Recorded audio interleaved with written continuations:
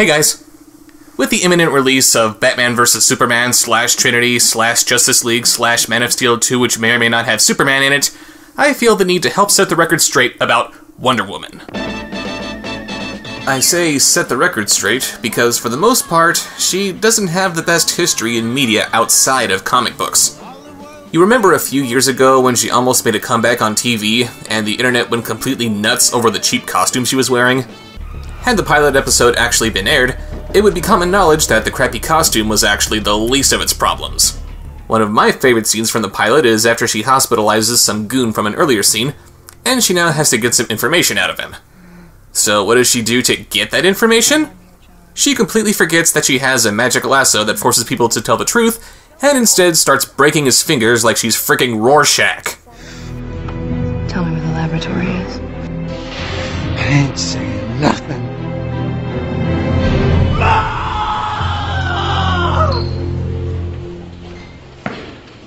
Because it's the 21st century after all, which means that all superheroes have to be ultra-violent hardasses who take joy in hurting people when it's completely unnecessary. Then there's Justice League War, adapted from the first Justice League story from the New 52. They added a scene where Wonder Woman comes face to face with some protesters, who are all upset by the collateral damage caused by her superheroing. And frankly, some crazy woman waving around a sword everywhere she goes, destroying public property, and claiming she's descended from the gods is something worth raising an eyebrow over. But instead of actually listening to what they have to say and giving her a personal dilemma that she has to deal with, she lassos this one guy, and he reveals that I cross-dress in a Wonder Woman outfit. It makes me feel powerful. And with that bit of pointless humiliation, this debate is completely tabled and never mentioned again. Never mind everyone else who has legitimate fears about what she's doing here or what she stands for. This one guy being a cross-dressing loser is all that Wendy needs to tell herself that everyone else's arguments are just straw man arguments like his. And actually, that just makes her situation even worse, since they have no idea what the lasso of truth even is. I mean, how do they know that she just didn't use mind control on that poor guy?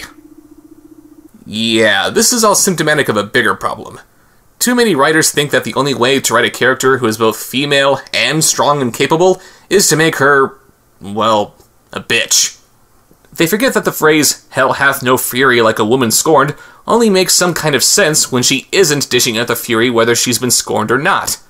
Believe it or not, women actually can be strong, competent, and amiable. And through the personal accounts of people whose lives have been recently touched by the Amazon, Wonder Woman number 8 shows us exactly how.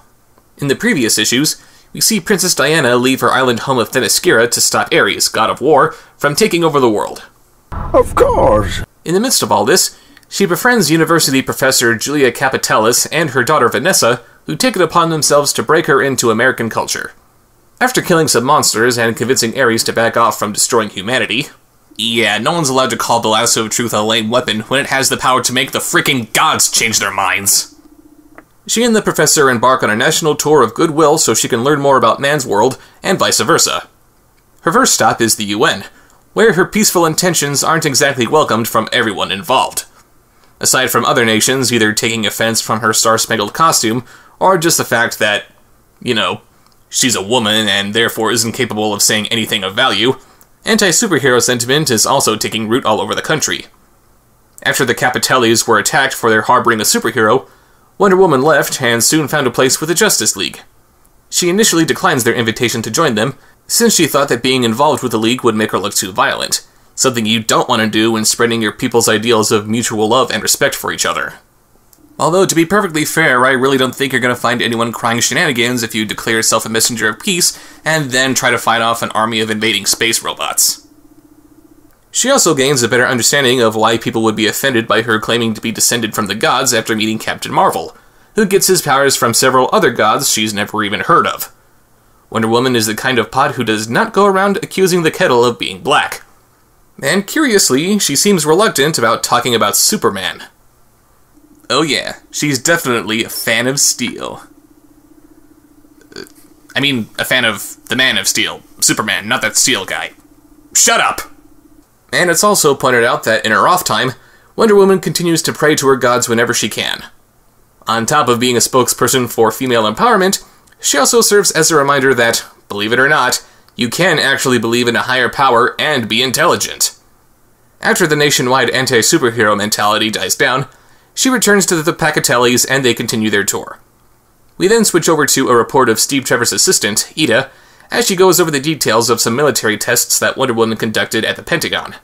This basically just demonstrates her super speed, her ridiculous strength, her flying abilities, and her desire to end whatever conflict she finds herself in as quickly as possible to lessen the chances of anyone getting hurt in the process.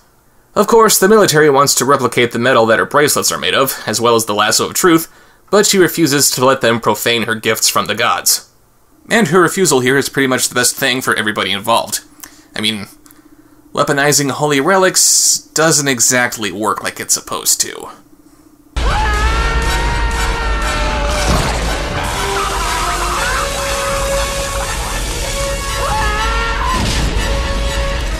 And now we take a look at the diary of Vanessa, which talks about how she and Wonder Woman would just spend time together talking about whatever. She also holds an assembly at Vanessa's school. It doesn't say what she's talking about exactly, but apparently it goes over so well that the kids and teachers can't get enough of what she has to say. Yeah, it turns out that she was actually exchanging recipes for exotic Themysciran muffins all day. Our last account of Wonder Woman's whereabouts is from her publicist, Mindy Mayer. She talks about the mayor of Boston giving her the key to the city, a handful of TV appearances that she's made, her being honored by the president, and how she even got her own DC comic book. And strangely enough, every Wonder Woman comic beyond this point is still credited as being created by William Moulton Marsden, despite him being dead for 40 years by the time this comic took place. Comics are weird. She wraps things up with the unfortunate revelation that rising tensions between religious authority figures forced Diana to bring her tour to a close. Despite how everyone else seems to love her, coming into conflict with other religious beliefs is something that she simply does not want to do. And the comic ends with a letter to Wonder Woman from Barbara Minerva, explaining how she would like to discuss her discovery of an artifact that she believes may be of Themysciran origin. Don't recognize the name Barbara Minerva? Not to give away any spoilers, but... So, in conclusion, Wonder Woman number 8 actually serves as a handy little guide for what Wonder Woman is supposed to be.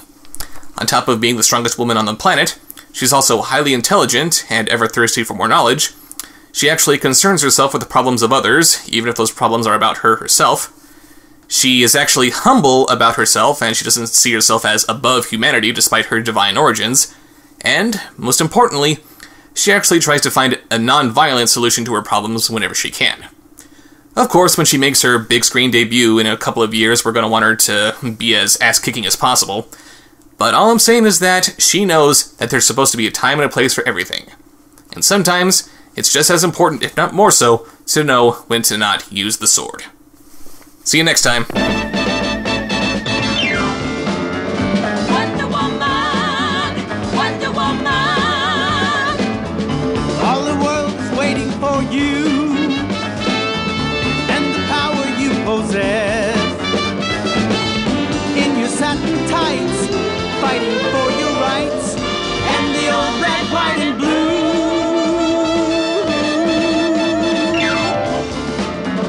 Wonder Woman, Wonder Woman. Now the world is ready for you and the wonders you can do.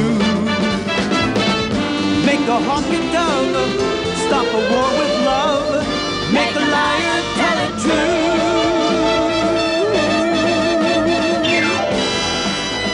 Wonder Woman,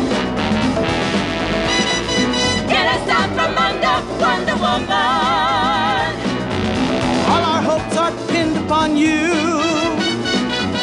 and the magic that you do. Stop a bullet cold, make the axis fold, change their minds and change the world.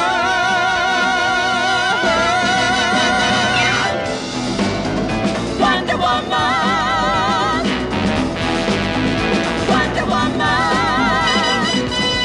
You're a Wonder Woman.